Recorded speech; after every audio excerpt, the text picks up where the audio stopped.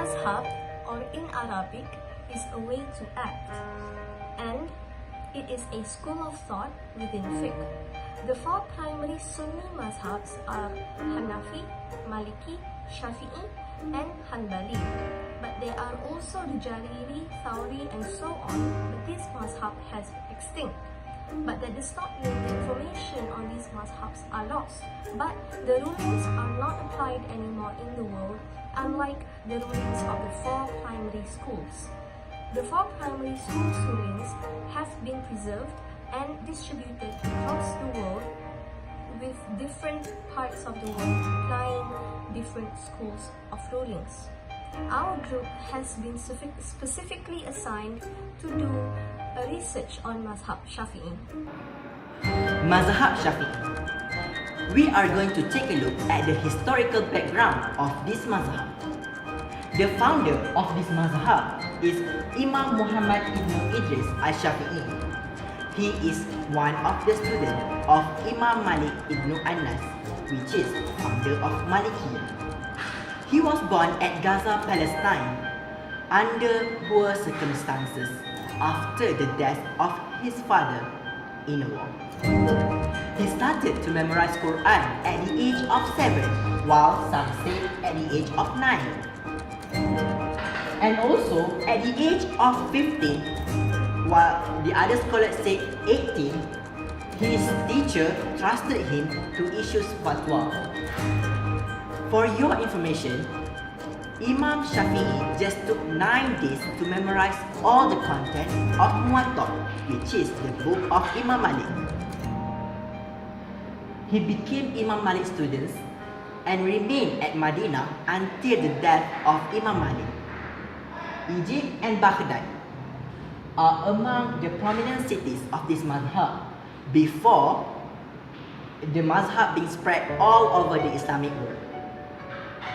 Then, in 10th century, Mecca and Medina, which are known as Hijaz, become the chief cities for the school of fiqh outside Egypt. Assalamualaikum warahmatullahi wabarakatuh. My name is Nokhaira Jamilah binti Mustafa, and now I'm going to share with you on the sources of law used by Imam Syafi'i to deduce the ruling. There are two types of sources, which are primary sources and also secondary sources. First, primary sources. There are 4, which are Quran, Sunnah, Ijma, and also Qiyas. Quran. Madhab Syafi'i did not really have any differences from the other madhab because he also prioritized the Quran as for his main references.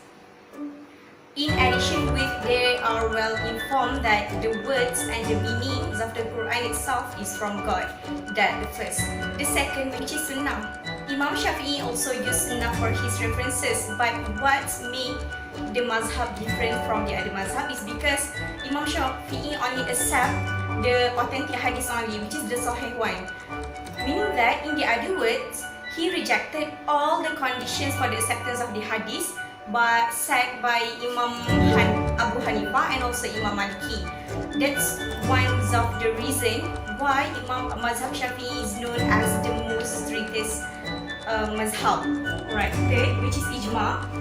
Even Imam Syafi'i have a doubt in the possibilities of the Ijma, which is the anonymous agreements of the Sahaba, but he believes that there are few cases that was known to have occurred. Hence, Ijma is also one of his primary sources. And last but not least is Qiyas. According to the Imam, Qiyas is a valid method to deduce a ruling because the rulings of the Quran and the Sunnah may be extended to a new problem, provided that the asal and the furu share the same ilah. However, the Imam placed it last in the orders of importance, considering his personal opinions inferior to proof based on the opinions of the companions.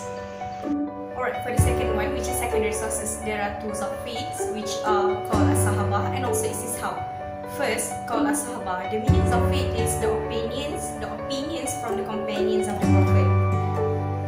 If the opinion given is not contradict with the primary sources, which are Quran and Sunnah, hence the source is acceptable. This is how the Imam use presumptions of continuity. Both the principle, the istisham used by Imam Abu Hanifah and istislah used by Maliki were rejected by Imam Shafi'i, and it is considered as a bid'ah, which is innovation, because from his opinion, most of it are human reasoning where the written laws already existed. However, in dealing with similar issue, Shafi'i were obligated to use principles similar to istisham and also istislah, which is known as istishab. Alright, the meaning of istishab is the belief that the past or the present matter must be assumed to remain as it is in the present or the future, meaning that the past knowledge and also the judgment of it makes one assume that it will continue in the future. Some of the rulings deduced by Imam Shafi'i are: the first one, physical skin-to-skin touch between man and woman who are ajnabi and have reached puberty will invalidate the ablution even though the touch does not come along with lust. The second one is circumcision among men is obligatory, meanwhile it is not even a requirement for the woman. The third one is all types of liquids that contains intoxicant that can deter a person's ability to think soundly is prohibited. Hi, my name is Nurhanis Amalina and my metric number is 182529, and for today I'll be talking about the dispersion of Syafi'i madhab. And this madhab started to be distributed in Iran, and Imam Shafi'i's student, namely Daud al-Zahiri, Abu Thawr al-Baghdadi and Abu Ja'far Jarir al-Tabari, has spread the opinion of Syafi'i madhab in Hijaz, Iraq and Egypt. And as for now, madhab Syafi'i has been adopted in most of has been known. This is known as for the most influential madhab in Islamic country, and has been adopted in most of the country such as Lebanon, Egypt, Palestine, and Asia such as Malaysia, Philippines, Thailand and Singapore. As for now, Syafi'i madhab has been spread in every corner of the world, and most of the Islamic countries adopted the Syafi'i madhab, and it can be seen in Palestine, Jordan, Syria, Lebanon and including Asia, namely Malaysia, Philippines, Thailand and Singapore. In conclusion, Mazhab Shafi'i is one of the four schools of Islamic law in Sunni Islam. It was founded by the Arab scholar Muhammad ibn Idris al-Shafi'i in the early 9th century. The Shafi'i school was, in the early history of Islam, the most followed ideology for Sharia, with Baghdad and Cairo, Egypt, as its prominent cities. Now, the school of thought has been widely spread throughout the world, and Malaysia is also one of the countries that has adopted the Islamic principles of Mazhab Shafi'i. One of the greatest contribution in Islam in his writing entitled is Al-Risalah, that is used as reference to many scholars to deduce fiqh rulings.